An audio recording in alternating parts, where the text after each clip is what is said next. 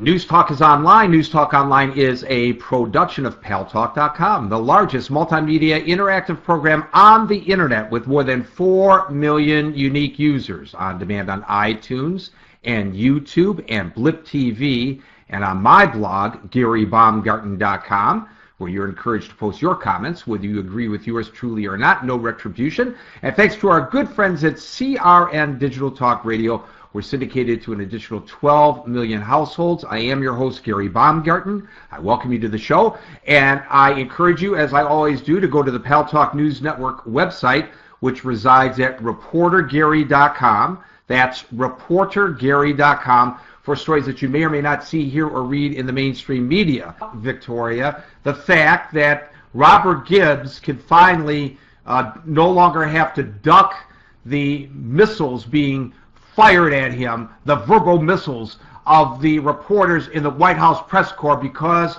we have the naming of a new press secretary. That's correct. Robert Gibbs can now go and, not let the door catch him on the way out, because President Obama has selected Jay Carney, the current communications director for Vice President Biden, to succeed Robert Gibbs. Now, the announcement was made public early this afternoon. Also, he announced the appointment of a couple of deputy chiefs of staff, which was also interesting. Jay Carney is former Washington bureau chief for Time magazine. So he's interesting because he's got this dual background. He was the Washington bureau chief for Time since September 2005. He was in Havana when Mikhail Gorbachev visited in 1989. He was on the first plane of journalists into Panama for the U.S. invasion later that year. He was also in Time's Moscow bureau for 3 years, covering the collapse of the Soviet Union. He's also twice been a White House correspondent. He also, on September the 11th, was one of a handful of reporters who were aboard Air Force One with President Bush. So he's got a lot of experience as a reporter prior to joining the administration. And for the moment, he is one of us, but that won't last very long, I'm sure. But Robert Gibbs never felt comfortable. It was obvious.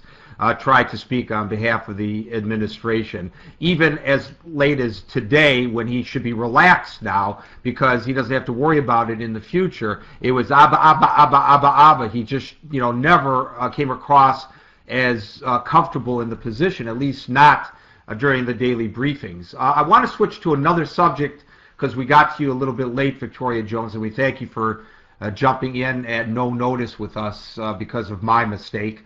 The Department of Homeland Security today, the Secretary of Homeland Security, Janet Napolitano, announced that stupid color-coded terror warning system is out effective in April.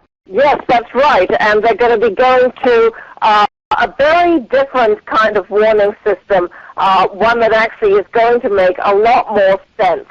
And what it's going to be really is it's going to be a system that's sort of based on sense. It's going to be formal, detailed alerts, basically, is what Secretary Napolitano announced today in what she's calling her Homeland Security address, about a specific or credible terrorist threat to law enforcement officials, private businesses like a shopping mall or hotel, and the American public. And she says these alerts will include a clear statement that there is an imminent threat or elevated threat. She said the alerts also will provide a concise summary of the potential threat, information about actions being taken to ensure public safety, and recommended steps that individuals and communities can take.